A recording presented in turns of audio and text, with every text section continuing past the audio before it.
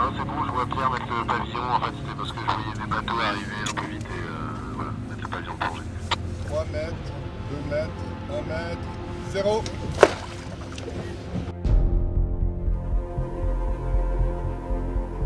« 250 » Ouais, 246, ouais, c'est ça. Ah ouais, il y a Il y a un petit décalage, un mais petit décalage d'allemand parce qu'il réagit à l'hélicoptère. Quand il réagit sur le chemin et pas sur la valeur absolue.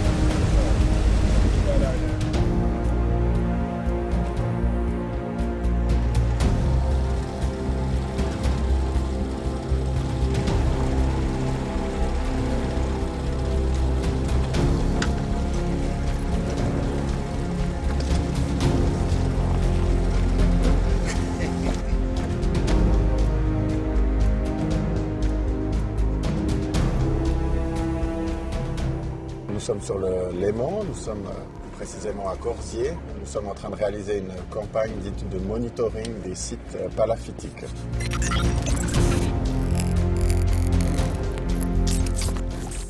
Un site palaphytique, c'est un site préhistorique qui remonte soit au néolithique, soit à l'âge du bronze et qui constitue une forme d'habitat très particulière qu'on retrouve tout le long de l'arc alpin et qui est un habitat qui s'est établi en milieu humide.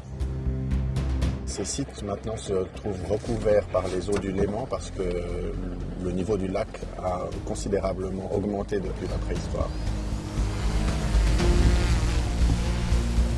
Comme nous sommes un petit service archéologique et que nous avons malgré tout un patrimoine très important sur lequel nous devons veiller, il m'a semblé utile de nous associer avec différents acteurs qui sont actuellement à l'œuvre sur la mission.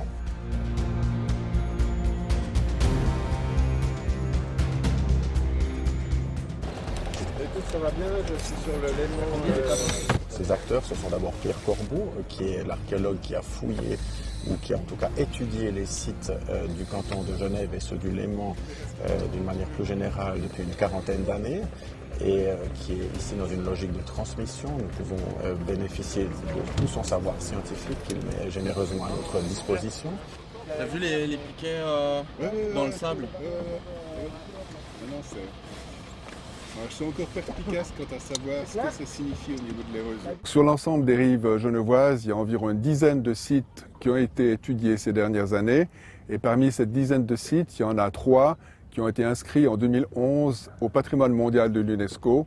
Et c'est en priorité ces sites que l'on doit surveiller, que l'on doit contrôler. C'est une tâche qui est imposée par l'UNESCO et qui doit être faite sous la responsabilité des cantons.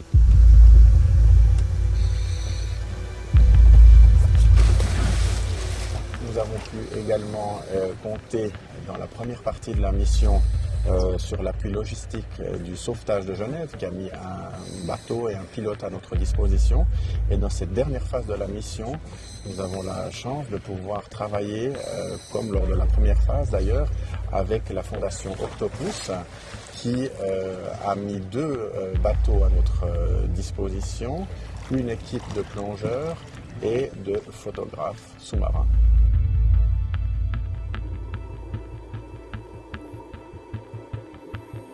Donc la fondation Octopus est une fondation reconnue d'utilité publique en Suisse et qui a pour but d'aider les scientifiques dans le milieu aquatique, donc mer et lac par exemple en Suisse, parce qu'on s'est rendu compte que les scientifiques, qu'ils étudient le patrimoine vivant ou le patrimoine historique dans l'eau, manquaient énormément de moyens et d'outils techniques et logistiques pour pouvoir mener leurs recherches.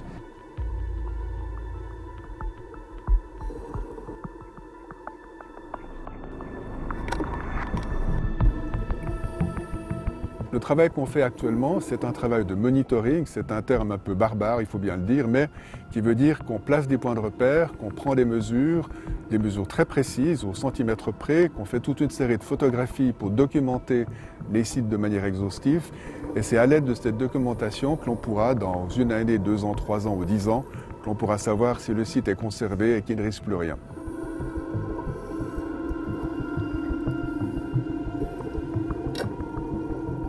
Et le site de Corzier-Port où on se trouve aujourd'hui est vraiment emblématique de ces périodes. On a du néolithique moyen, aux alentours de 4000 avant notre ère. On a du néolithique final, dont la tranche d'occupation se situe entre 2700 et 2900 avant notre ère. On a ensuite le bronze ancien, aux alentours de 1800 à 1600 avant notre ère toujours. Et enfin l'âge du bronze final, une période qui a livré des objets archéologiques extraordinaires, autant que ce soit la céramique, que ce soit des objets en bronze et même des matières organiques.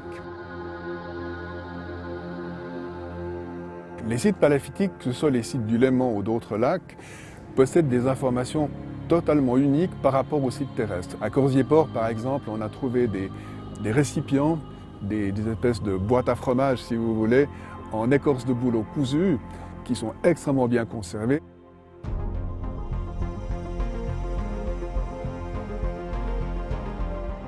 L'autre intérêt considérable de ces sites, c'est qu'on peut y pratiquer une méthode de datation qui est la dendrochronologie et qui nous permet de dater ces sites à l'année près. Ça, c'est exceptionnel.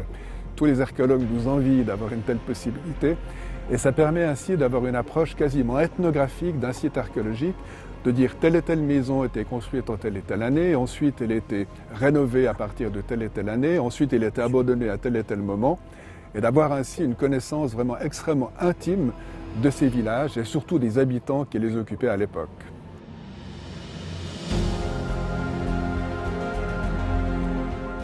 Là, c'est le deuxième jour où on est en train de travailler et maintenant il faut s'attendre encore à environ une semaine, 10 jours de travail pour avoir enfin une vision d'ensemble de l'ensemble des sites du canton de Genève conservés sur les eaux du Léman.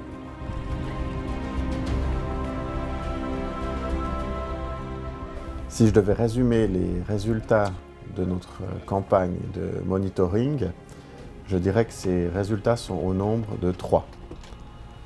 Le premier d'entre eux, c'est de savoir quel est aujourd'hui l'état général des stations palafitiques du canton de Genève.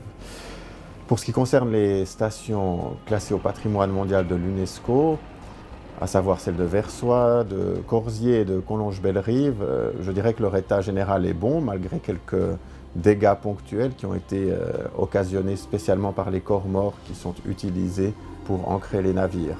Pour ce qui concerne les stations qui sont associées au site UNESCO, le bilan est un peu plus contrasté puisque certaines de ces stations, en particulier celle de la Belote, ont subi d'importants dégâts qui sont une fois de plus dus aux corps morts employés par les plaisanciers. Et le troisième acquis, qui n'est pas le moindre, c'est que nous avons pu constituer une équipe qui a commencé à se former à la navigation, à la plongée, en combinaison étanche et à l'archéologie subaquatique.